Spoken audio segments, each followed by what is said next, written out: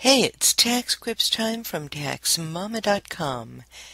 Today, TaxMama hears from Kris in the TaxQuips Forum with a long story. Let me summarize.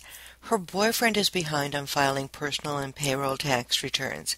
He tried to get help from an accountant who may have overcharged him and didn't complete the work because he couldn't pay the bill. They want to get married but don't want to jeopardize her assets. You can read all the gory details here. Well, Kris, this is such a tough situation, and it will take a while to clear up, even when the tax returns are filed. It's odd that the accountant kept submitting monthly bills for quarterly returns and never prepared the annual tax returns. Did your boyfriend pay in the taxes that were due quarterly?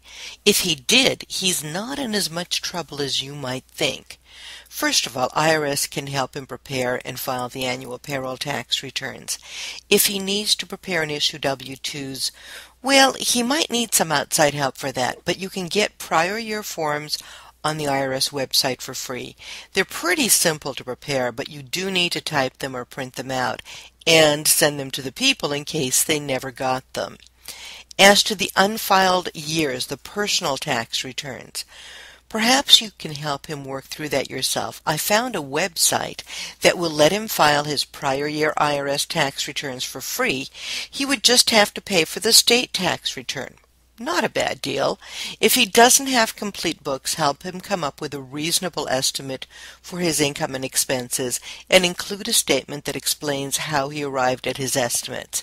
Now, as to marriage, if there's a huge balance due and he doesn't want to jeopardize your assets, just have an attorney draw up both a pre- and a post-nuptial agreement, keeping your assets separate.